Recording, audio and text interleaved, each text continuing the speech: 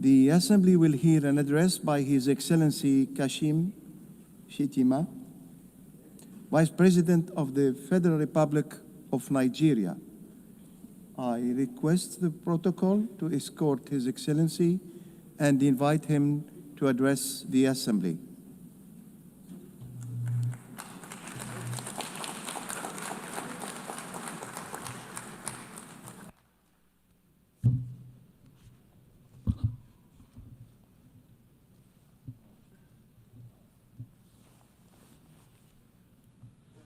Madam President, Mr. Secretary General, Excellencies, Heads of State and Government, distinguished delegates. The chaos that shadows our world is a reminder that we cannot afford the luxury of inaction. We will have been consumed by our differences had there been no community such as this to remind us that we are one human family. Even in our darkest hours, we have refused to be broken. This community was born from the ashes of despair, a vehicle for order, and for the shared assurance that we could not afford to falter again. Our belief in this community is not a posture of moral superiority, but an undying faith in the redemption of humanity. It is, therefore, with profound humility that I stand before you today as Vice President of the Federal Republic of Nigeria on behalf of President Bola Ahmed Tinubu to renew this pledge on behalf of my country. Madam President, Nigeria joins the Committee of Nations in congratulating you on your election as the President of the General Assembly for the 88th session, and assure you of our unalloyed support during your tenure. I commend your predecessor, my brother, His Excellency Philemon Yang, and the Secretary General, His Excellency Antonio Guterres, for their outstanding stewardship and unifying leadership during these extraordinary times. This anniversary must not be a sentimental retreat into nostalgia. It must be a moment of truth, a pause to measure where we have stumbled and how we might have done better in turning our values into action that meets the demands of today. We are here to deliver a world of peace and development where the respect for human rights is paramount.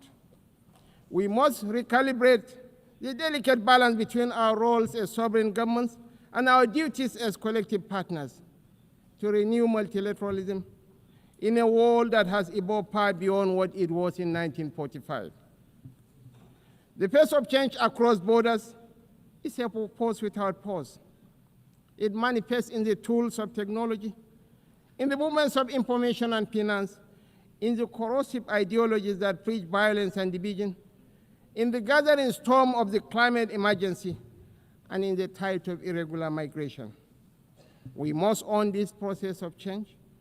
When we speak of nuclear disarmament, the proliferation of small weapons, Security Council reform, fair access to trade and finance, and the conflicts and human suffering across the world, we must recognize the truth. These are stains on our collective humanity. For all our careful diplomatic language, the slow pace of progress on these hardy perennials of the UN General Assembly debate has led some to look away from the multilateral model. Some years ago, I noticed a shift at this gathering. Key events were beginning to take place outside this hall, and the most sought-after voices were no longer heads of state. These are indeed troubling times. Nigeria remains firmly convinced of the merits of multilateralism. But to sustain that conviction, we must show that existing structures are not set in stone. We must make real change, change that works, and change that is seen to work. If we fail, the direction of travel is already predictable. We are here to strengthen the prospects for peace, development, and human rights. Madam President, I want to make 4 points today to outline how we can do this. 1, Nigeria must have a permanent seat at the UN Security Council. This should take place. This should take place as part of a wider process of institutional reform. Two, we need urgent action to promote sovereign debt relief and access to trade and financing. Three, countries that host minerals must benefit from those minerals. And fourth, the digital divide must close. As our friend, the Secretary General, has said, AI must stand for Africa included. On my first point, the United Nations will recover its relevance only when it reflects the world as it is, not as it was. Nigeria's journey tells this story with clarity. When the UN was founded, we were a colony of 20 million people, absent from the tables where decisions about our fate were taken. Today, we are a sovereign nation of 236 million people, projected to be the third most populous country in the world, with one of the youngest and most dynamic populations on earth, a stabilizing force in regional security, and a consistent partner in global peacemaking. Our case for permanent seat at the Security Council is a demand for fairness, for representation, and for reform that restores credibility to the very institution upon which the hope of multilateralism rests. This is why Nigeria stands firmly behind the UN-80 initiative of the UN Secretary General and the resolution adopted by this Assembly on 18 July 2025, a bold step to reform the wider United Nations system for greater relevance, efficiency, and effectiveness in the face of unprecedented financial strain. We support the drive to rationalize structures and end the duplication of responsibilities and programs so that this institution may speak with one voice and act with greater coherence. Madam President, Africa, none of us in this world can function peacefully in isolation. This is the heavy burden of sovereignty. Sovereignty is a covenant of shared responsibility, a recognition that our survival is bound to the survival of others. To live up to this charge, we must work hand in hand with our neighbors and partners. We must follow the trails of weapons, of money, and of people. For these forces, too often driven by faceless non-state actors, ignite the fires of conflict across our region. Madam President, Nigeria's soldiers and civilians carry a proud legacy. They have participated in 51 out of 60 United Nations peacekeeping operations since our independence in 1960. We have stood with our partners in Africa to resolve conflicts, and we continue that commitment today through the Multinational Joint Task Force. At home, we confront the scourge of insurgency with resolve. From this long and difficult struggle with violent extremism, one truth stands clear. Military tactics may win battles measured in months and years, but in wars that span generations, it is values and ideas that deliver the ultimate victory. We are despised by terrorists because we choose tolerance over tyranny. Their ambition is to divide us and to poison our humanity with a toxic rhetoric of hate. Our difference is the distance between shadow and light, between despair and hope, between the ruin of anarchy and the promise of order. We do not only fight wars, we pit and shelter the innocent victims of war.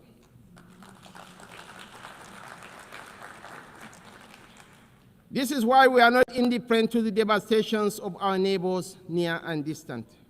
This is why we speak of the violence and aggression visited upon innocent civilians in Gaza, the illegal attack on Qatar, and the tensions that scar the wider region. It is not only because of the culture of impunity that makes such acts intolerable, but because our own bitter experience has taught us that such violence never ends where it begins. We do not believe that the sanctity of human life should be trapped in the corridors of endless debate. That is why we say, without stuttering and without doubt, that a two-state solution remains the most dignified path to lasting peace for the people of Palestine.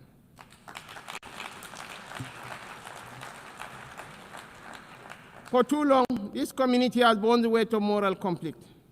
For too long, we have been caught in the crossfire of violence that offends the conscience of humanity. We come not as partisans, but as peacemakers. We come as brothers and sisters of a shared wall, a wall that must never reduce the right to live into the currency of dubious politics. The people of Palestine are not collateral damage in a civilization searching for order.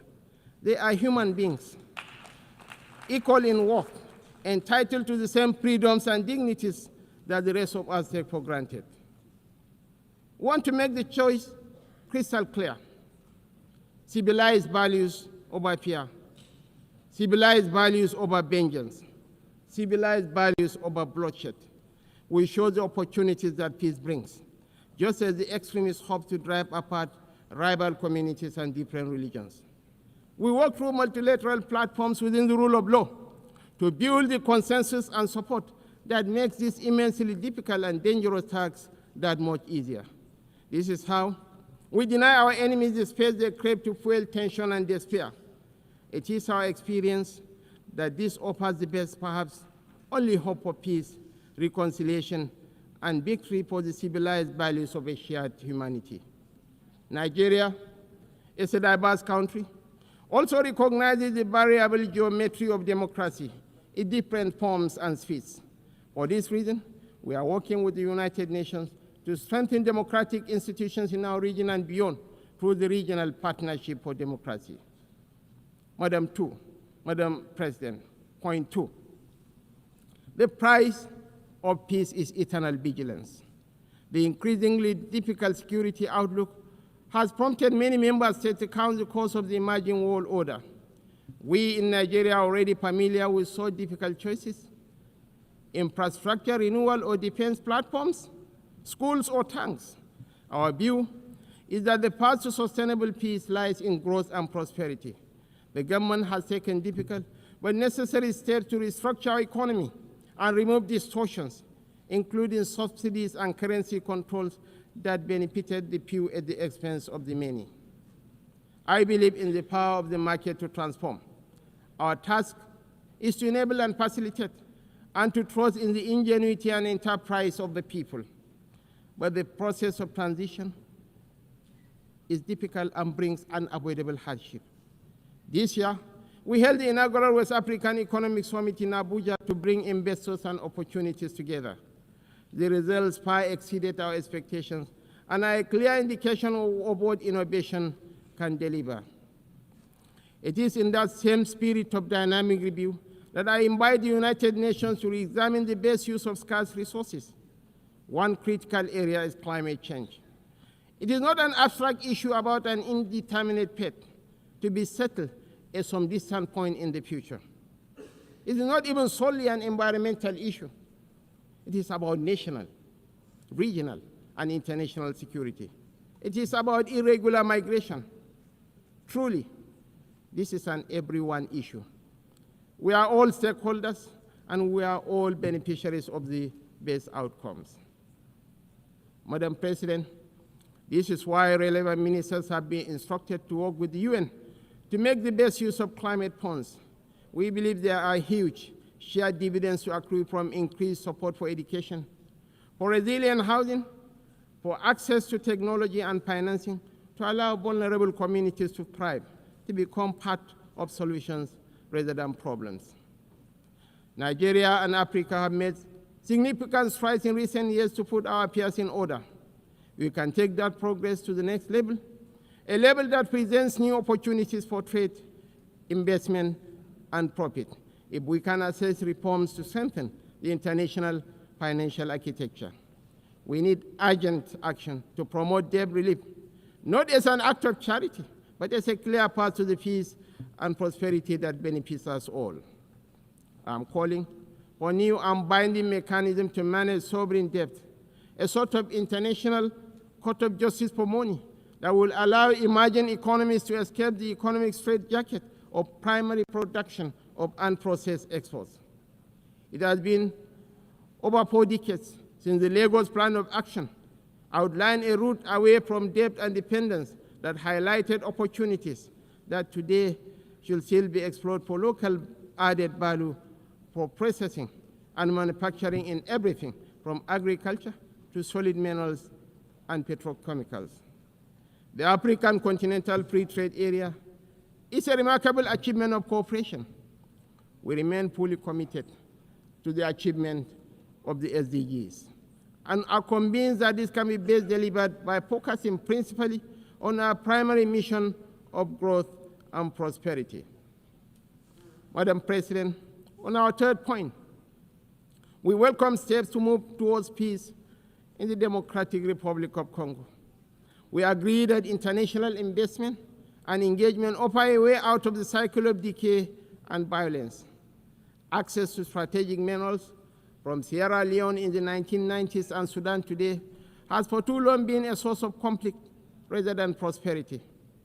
Africa, and I must include Nigeria, has in abundance the critical minerals that will derive and drive the technologies of the future.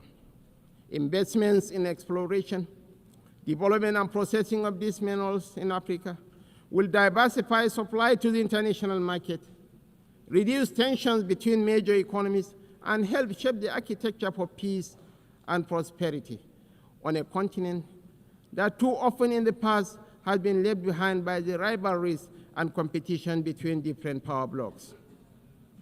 We know in Nigeria that we are more stable when those communities that have access to key resources are able to benefit from these resources. This has been our journey in the oil-producing region of the Niger Delta. I believe that will strengthen the international order when those countries that produce strategic minerals benefit fairly from those minerals in terms of investment, partnership, local processing, and jobs. When we export raw materials, as we have been doing, tension, inequality, and instability fester. Madam President, the fourth pillar for change that I am advocating is a dedicated initiative, bringing together researchers, private sector, government, and communities to close the digital divide. As we stand on the threshold of new and dramatic technological change, we are still absorbing the impact of the revolution on information and communication of the past 20 years. We understand better than we did the opportunities technology offers, as well as the safeguards we need to enable growth and mitigate the potential for corruption. Some worry about fake news. Truly, we have plenty of that, with the potential of devastating real-world consequences in countries rich and poor. I am more worried about an emerging generation that grows ever more cynical because it believes nothing and trusts less. As technology shakes up public administration, law, finance, conflict, and so much of the human condition, I'm calling for a new dialogue to ensure we promote the best of the opportunities that are arising and promote the level of access that allows emerging economies more quickly to close a wealth and knowledge gap that is in no one's interest. I join you today to reassert Nigeria's commitment to peace, to development, to unity, to multilateralism, and to the defense of human rights is beyond compromise. For none of us is safe until all of us are safe. The road ahead will not be easy, and we know there are no quick fixes to the trials that test the human spirit. Yet history reminds us that bold action in pursuit of noble ideals has always defined the story of the United Nations.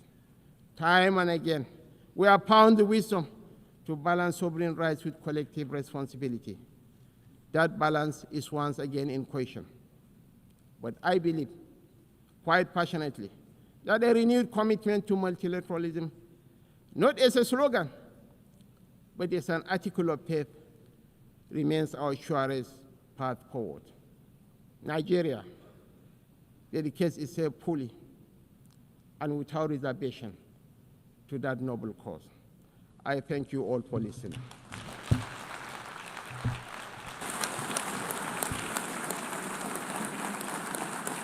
On behalf of the Assembly, I wish to thank the Vice President of the Federal Republic of Nigeria,